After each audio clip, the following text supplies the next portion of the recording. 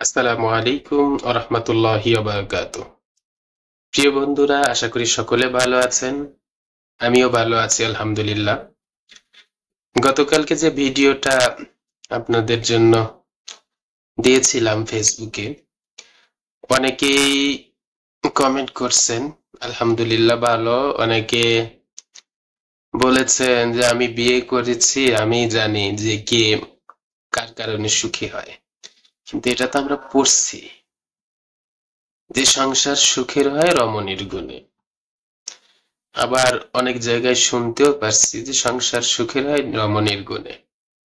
কিন্তু ইদানিং শোনা যাচ্ছে সংসার সুখের হয় পুরুষের গুণে, পুরুষ যদি নির্দ্বিধায় বউয়ের কথা শোনে। তো এক ভাই, আমাদের এনামুল ভাই, উনি বলছেন যে দুজনের কারণেই সুখের হয়। আসলে কথাটা বাস্তব, দুজনের কারণেই সুখের হবে, একজনের কারণে কোনো সময় সংসার সুখের হবে না। তো দুজনের কারণে সুখের হওয়ার এর পিছনে চারটি কারণ আছে। যদি এই চারটি কারণ বা চারটি বিষয় দুজন যদি মেনে চলতে পারে, ইনশাআল্লাহ ওই সংসারের মধ্যে অসুখ, সুখের আর অসুখের কোনো কিছু ঢুকবে না।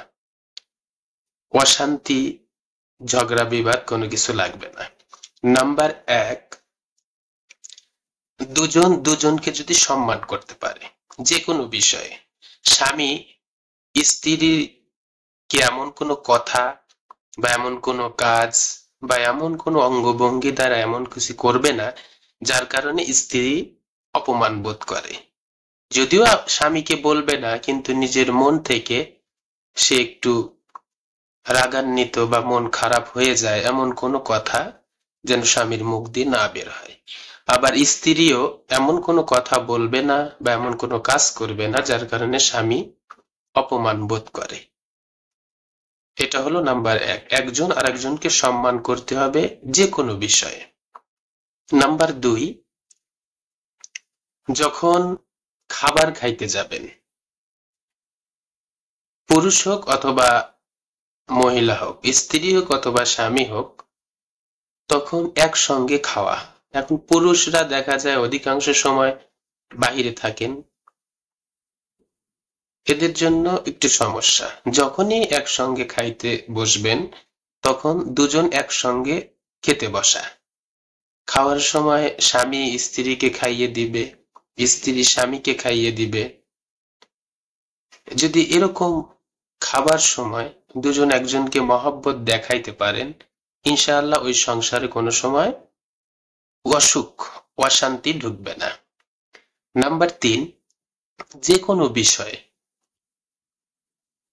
ব্যক্তিগত হোক, শারীরিক, মানসিক বা পারিবারিক, যে কোনো সমস্যা হোক, একজন আরেকজনকে শেয়ার করা।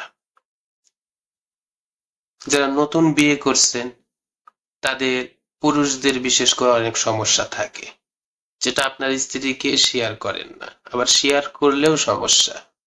হ্যাঁ, এই জন্য যে কোনো বিষয়ে স্ত্রীর সঙ্গে যদি নিজের মন থেকে বলেন, তাকে বুঝিয়ে বলেন, সে মেনে নিবে, সে আপনাকে হেল্প করবে। আবার স্ত্রীও, আপনারও যদি কোনো সমস্যা থেকে থাকে ব্যক্তিগত অথবা পারিবারিক, সেটা আপনার স্বামীকে বুঝিয়ে বলবেন ঠান্ডা মাথায়, দেখবেন এই সমস্যার সমাধান হয়ে গেছে। যে কোনো বিষয়ে স্বামী হোক স্ত্রী হোক, দুজন দুজনকে শেয়ার করা। নাম্বার চার, একজন আরেকজনকে অন্য কারোর সঙ্গে তুলনা করবেন না। হ্যাঁ, আমার স্বামীও আর অন্য ওই অমুকের স্বামীও, অমুকের স্বামী কি করে, ওই লসিমনের স্বামী কি করে দেখো গা। আবার স্বামীরা বলবেন অমুকের বউ, আব্দুল্লাহর বউ দেখো গা কি করে স্বামীর জন্য। হ্যাঁ, পাও ধোয়া পানি ফালায় দিয়ে নিজের পাও ধোয়া পানি স্বামীকে খাওয়ায়। আবার স্বামী বলবে, স্ত্রী বলবো অমুকের স্বামী কি করে দেখো গা, মিষ্টি আনার কথা করলে চিনি নিয়ে এসে বউকে খাওয়ায়। চিনিও যদি আনতে পারে তাও নিয়ে আসে, আর তুমি এমন স্বামী হয়েছে আমাকে বিয়ের পর থেকে কোনোদিন খাওয়াই নাই। যদি এরকম কথা হয় তাহলে সমস্যা। এই জন্য একজন আরেকজনকে অন্য কারোর সঙ্গে তুলনা করবেন না। এরকম কথা বলবেন স্ত্রীকে যে দেখো তুমি এমন একটা স্ত্রী আমার যে অতুলনীয়, তোমার মতো স্ত্রী হয় না।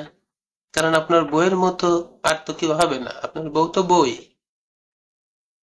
আবার স্ত্রীরাও বলবেন যে তুমি এমন একটা স্বামী যে পৃথিবীতে তোমার মতো স্বামী আর পাওয়া যাবে না।